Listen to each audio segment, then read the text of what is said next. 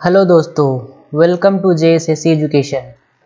आज के इस वीडियो लेक्चर में हम लोग टाना भगत आंदोलन के रिलेटेड जितने भी एमसीक्यू बन सकते हैं सारे हम लोग यहाँ पे कवर करेंगे विथ एक्सप्लेनेशन। ठीक है, यहाँ पे आपको सिर्फ आंसर नहीं बताया जाएगा बल्कि इसके साथ इसके पीछे की जो कहानी थी वो भी आपको बताया जाएगा। अगर आपने मेरे टाना भगत आंदोलन का लेक्चर हमारे एप्लीकेशन में जाकर नहीं देखा है, उसको इनरोल नहीं किया है, तो जल्दी से इनरोल कर लें। मैं बहुत ही डिटेल में वहाँ पे हर एक चीज़ को कवर कर रहा हूँ for all exam conducted by JSSC. ठीक है, तो चलिए हम लोग आगे बढ़ते हैं। और हमारे एप्लीकेशन में विभिन्न कोर्सेज अवेलेबल है, आप वहाँ पे जाके इनरोल कर सकते हैं। टेस्ट सीरीज भी अवेलेबल है, वीडियो कोर्स के साथ हम लोग यहाँ पे पीडीएफ नोट्स भी अब देना स्टार्ट कर दिए हैं। ठीक है, पूरी जानकारी आप इन नंबरों पे कॉल करके प्राप्त कर सकते हैं या फिर हमारे गूगल प्ले स्टोर से जेएसएससी एजुकेशन का एप्लीकेशन आप डाउनलोड कर सकते हैं। ठीक है, तो चलिए आज का पहला क्वेश्चन के साथ हम लोग शुरुआत करते हैं। तो टाना भगत आंदोलन का जो स्टार्टिंग है वो कब होता है? ठीक है, तो इसके पीछे की ये कहानी है कि टाना भगत आंदोलन के जो जतरा उरांव रहते, इसका जो नेतृत्व करता रहते हैं वो जतरा उरांव रहते हैं। ठीक है, जब उनको आत्मज्ञान की प्राप्ति होती है 1914 ईस्वी में, ठीक है, उसके बाद से उन्होंने टाना समूहों का एक ग्रुप बनाना शुरू कर देते हैं। उसके बाद से उन्होंने टाना भगत आंदोलन शुरू किया था। ठीक है, तो इसका आंसर करेक्ट आंसर हो जाएगा 1914। ठीक है, नेक्स्ट, टाना भगत आंदोलन किसके नेतृत्व में प्रारंभ हुआ था? तो आप इससे याद कर सकते हैं कि यहाँ पे अगर आपके पास ऑप्शन दिया रहेगा तो टाना भगत आंदोलन में जो भगत है, ठीक है, तो आपको ऑप्शन में देखना है कि भगत किस में है। ठीक है, तो जतरा भगत में एक ही ऑप्शन यहाँ पे है जिसमें जतरा भगत में ही एक ही ऑप्शन है जहाँ पे आपको भगत दिखाई दे रहा है, तो इसका आंसर हो जाएगा जतरा भगत। ठीक है, पहले जतरा भगत का नाम जतरा उरांव था, लेकिन जब आत्मज्ञान की इनको प्राप्ति हुई तब इनका नाम जतरा उरांव से जतरा भगत हो गया। ठीक है, नेक्स्ट क्वेश्चन देखिए। जो हमारे लेक्चर्स को देखे होंगे उनके लिए तो जस्ट एक केक ऑफ वॉक होगा, वो बस इसको देख के खत्म कर दे, उनके लिए कोई दिमाग लगाने की जरूरत नहीं है क्योंकि मैंने बहुत डिटेल में इसको एप्लीकेशन में इसको कंप्लीट किया हुआ है। ठीक है, तो नेक्स्ट क्वेश्चन है, टाना भगत आंदोलन किस प्रकार का आंदोलन था? ठीक है, तो मैं सबसे पहले बता दूं कि बिरसा आंदोलन की तरह ही टाना भगत के जो जतरा भगत थे उन्होंने पहले इसको धार्मिक रूप से ले जाने के लिए स्टार्ट किया, लेकिन बाद में यह आंदोलन राजनीतिक हो गया और यह जाके भारतीय स्वतंत्रता संग्राम से जाके मिल गया था। ठीक है, तो इसका आंसर हो जाएगा सी, धार्मिक और राजनीतिक दोनों। नेक्स्ट क्वेश्चन है आपके पास, निम्नलिखित में से किस आंदोलन की शुरुआत चिंगरी नवाटोली गुमला से हुई थी? तो ये जो चिंगरी गांव है, ठीक है, यही है आपका जतरा उरांव का जन्म स्थल। यहीं पे इनको आत्मज्ञान की प्राप्ति हुई थी और यहीं पे इन्होंने एक ग्रुप बनाया था जतरा भगतों का। ठीक है, उसके बाद से उनका आंदोलन यहाँ पे स्टार्ट हुआ था। ठीक है, तो इनका आंसर हो जाएगा टाना भगत। निम्नलिखित में से किस आंदोलन में अहिंसा को संघर्ष के अमुक अस्त्र के रूप में स्वीकार किया गया? देखिए, अभी तक जितने भी आंदोलन हुए थे इसके पहले, ठीक है, सभी में आप देखिएगा कि सभी को शस्त्रों का उपयोग किए हैं, सभी कोई मार मतलब लड़ाई के लिए या फिर सभी को यहाँ पे उपद्रव के तौर पे यहाँ पे सभी का अपना क्रांतिकारी रूप दिखाएं। ठीक है, लेकिन टाना भगत आंदोलन एक ऐसा आंदोलन था जो अहिंसा और असहयोग पर आधारित था। ठीक है, तो ये एक ऐसा आंदोलन था जिसमें जो अहिंसा था, ठीक है, क्योंकि ये लोग महात्मा गांधी को बहुत ही मानते थे और उनका अनुसरण करते थे, इसलिए अहिंसा इसमें एक बहुत ही ऊपर स्थान रखता है। तो इसका आंसर हो जाएगा आपका टाना भगत आंदोलन डी। ठीक है, नेक्स्ट क्वेश्चन है, टाना भगत आंदोलन का सर्वाधिक प्रचार प्रसार किस क्षेत्र में हुआ? ठीक है, तो इसके लिए आपके पास है आंसर। ठीक है, ये गुमला में भी हुआ क्योंकि गुमला में इनका जन्म स्थान था और वहीं से प्रारंभ हुआ था। ठीक है, तो ये हो गया गुमला।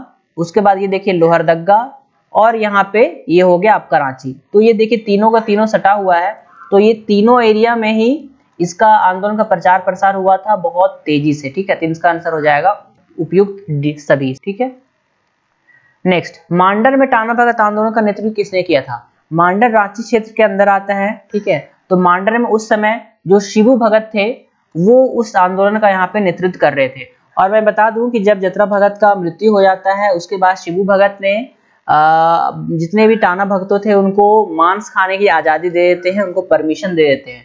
उससे क्या होता है, टाना भगत दो भागों में बंट जाता है। ठीक है, एक को बोलते हैं जुलाहा भगत और दूसरा को बोलते हैं अरुआ भगत। अरुआ भगत इसलिए बोलते हैं क्योंकि वो लोग अरवा चावल का सेवन किया करते थे, ठीक है। और जुलाहा भगत को बेसिकली जो नॉन वेजिटेरियन थे उनको जुलाहा भगत यहाँ पे बोला गया था, ठीक है। तो ये कहानी थी इसके पीछे। और वहां पे मांडर में नेतृत्वकर्ता कौन थे? वो थे शिबू भगत। नेक्स्ट क्वेश्चन, घाघरा में टाना भगत आंदोलन का नेतृत्व किसने किया था? घाघरा गुमला डिस्ट्रिक्ट के अंदर आता है, ठीक है। तो घाघरा क्षेत्र में टाना भगत आंदोलन का नेतृत्व किसने किया था? तो घाघरा में वहां पे जो बलराम भगत थे वो वहां पे नेतृत्व कर रहे थे। सिसई जो गुमला में है वहां पे देमनिया नाम की एक महिला थी जो नेतृत्व कर रही थी, ठीक है। तो इसका आंसर हो जाएगा ए, बलराम भगत। नेक्स्ट क्वेश्चन है, बिशुनपुर में टाना भगत आंदोलन का नेतृत्व कौन कर रहे थे? तो बिशुनपुर में भिखू भगत जो थे वो इस आंदोलन का नेतृत्व कर रहे थे। मतलब मांडर में आपका हो गया शिबू भगत, ठीक है, बिशुनपुर में भिखू भगत, घाघरा में आपका हो गया बलराम भगत और सिसई में हो गया देमनिया भगत, ठीक है। नेक्स्ट देखिए, देवमनिया नामक महिला किस आंदोलन से जुड़ी हुई थी? तो ये सिसई में नेतृत्व कर रही थी टाना भगत आंदोलन का, तो इसका आंसर हो जाएगा टाना भगत आंदोलन, ठीक है। नेक्स्ट, निम्नलिखित में से किस महिला ने राष्ट्रीय आंदोलन में बढ़ चढ़कर भाग लिया था? अब देखिए, राष्ट्रीय आंदोलन हम लोग पढ़ रहे हैं लेकिन हम लोग अभी टाना भगत आंदोलन पढ़ रहे हैं, ठीक है। तो मैं आपको बता दूं कि जैसे मैंने बताया था कि टाना भगत आंदोलन एक धार्मिक आंदोलन के रूप में शुरू हुआ था, लेकिन ये आगे चल के राष्ट्रीय आंदोलन में जाके मिल गया था, तो इसलिए इसे राष्ट्रीय आंदोलन में बढ़ चढ़कर हिस्सा के लिए क्वेश्चन दिया गया यहाँ पे। तो कौन सी ऐसी महिला थी जो राष्ट्रीय आंदोलन में बढ़ चढ़कर हिस्सा लेते झारखंड से, ठीक है। तो वो थी देवमनिया, ठीक है, जो कि टाना भगत आंदोलन जुड़े हुए थे। क्योंकि टाना भगत में इन्होंने हिस्सा लिया था इसलिए इसको राष्ट्रीय आंदोलन बोला जा रहा है यहाँ पे, ठीक है। इसका आंसर हो जाएगा आंसर बी।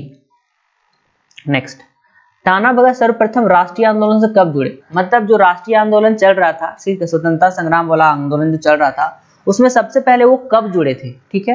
तो ये बात है जब महात्मा गांधी साउथ अफ्रीका से आए थे, उसके बाद चंपारण जो आंदोलन चल रहा था, चंपारण आंदोलन, उसके उसी समय यहाँ पे झारखंड में इनसे मिलवाया गया था टाना भगतों से, ठीक है। टाना भगत जब मिलवाया गया था उनके बाद से वो अभिभूत होकर उसके अनुयायी बन गए थे, बहुत फेवरेट हो गए थे। और 1921 ईस्वी में सिद्धू भगत के नेतृत्व में इन्होंने बढ़ चढ़कर हिस्सा लिया था और वो असहयोग आंदोलन में सबसे पहले हिस्सा लिए थे, ठीक है। तो इसका आंसर है असहयोग आंदोलन। निम्नलिखित में से किसने टाना भक्तों को अपना प्रिय अनुयायी के नाम से संबोधित किया था, ठीक है। तो इस समय असहयोग आंदोलन चल रहा था और महात्मा गांधी जो थे वो बोल रहे थे कि मैं जितने भी अनुयायी है उनमें से सबसे जो प्रिय है वो है टाना भगत, ठीक है। तो महात्मा गांधी वो चीज बोल रहे थे। नेक्स्ट क्वेश्चन है, 1921 ईस्वी में महात्मा गांधी द्वारा चलाया गया नागरिक अवज्ञा आंदोलन में टाना भक्तों ने किसके नेतृत्व में भाग लिया? मैंने बताया आपको कि जब ये मिले थे उसके बाद से इन्होंने अवज्ञा आंदोलन में, सविनय अवज्ञा आंदोलन में जो असहयोग उन्होंने कर रहे थे, ठीक है, उसमें इन्होंने भाग लिया था। किसके नेतृत्व में? तो वो लिए थे सिद्धू भगत के नेतृत्व में 1921 ईस्वी में, ठीक है। 1940 ईस्वी में रामगढ़ अधिवेशन हुआ था, ठीक है, जिसमें महात्मा गांधी ने अंतिम बार झारखंड आए थे, ठीक है। तो उस समय जब महात्मा गांधी आए थे तो टाना भक्तों ने कितने रुपए की थैली उनको भेंट की थी, ठीक है। तो उन्होंने 400 रुपए की थैली महात्मा गांधी जी को भेंट किया था। आप देखिए ये पेपर कटिंग है जिसमें 1940 में रामगढ़ अंतिम बार वो आए थे, ठीक है, झारखंड। नेक्स्ट, झारखंड के किन जनजातियों ने राष्ट्रीय आंदोलन में बढ़ चढ़कर हिस्सा लिया, ठीक है।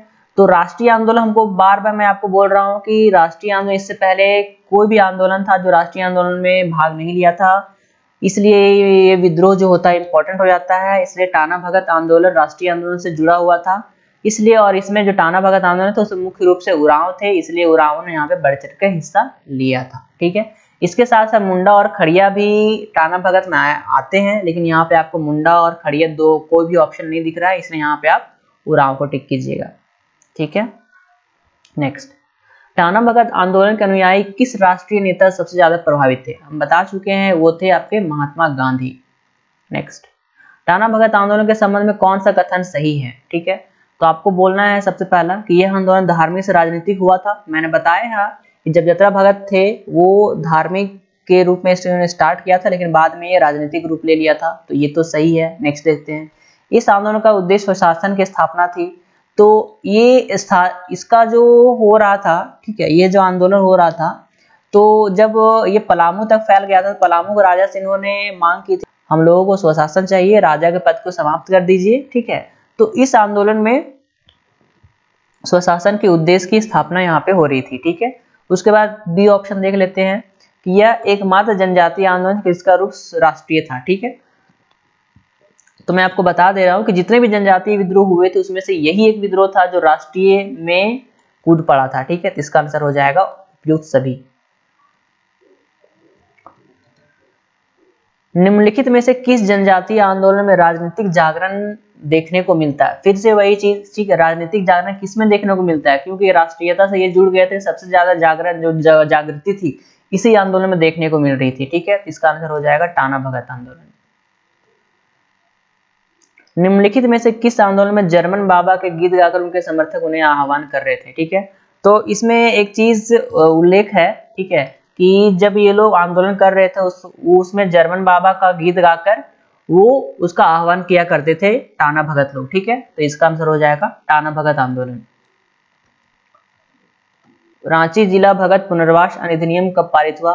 Very important question. ठीक है, बहुत बार एग्जाम में आ चुका है ये। ठीक है, तो इसका आंसर है 1948 ईस्वी में टाना भगत पुनर्वास अधिनियम पारित किया गया था।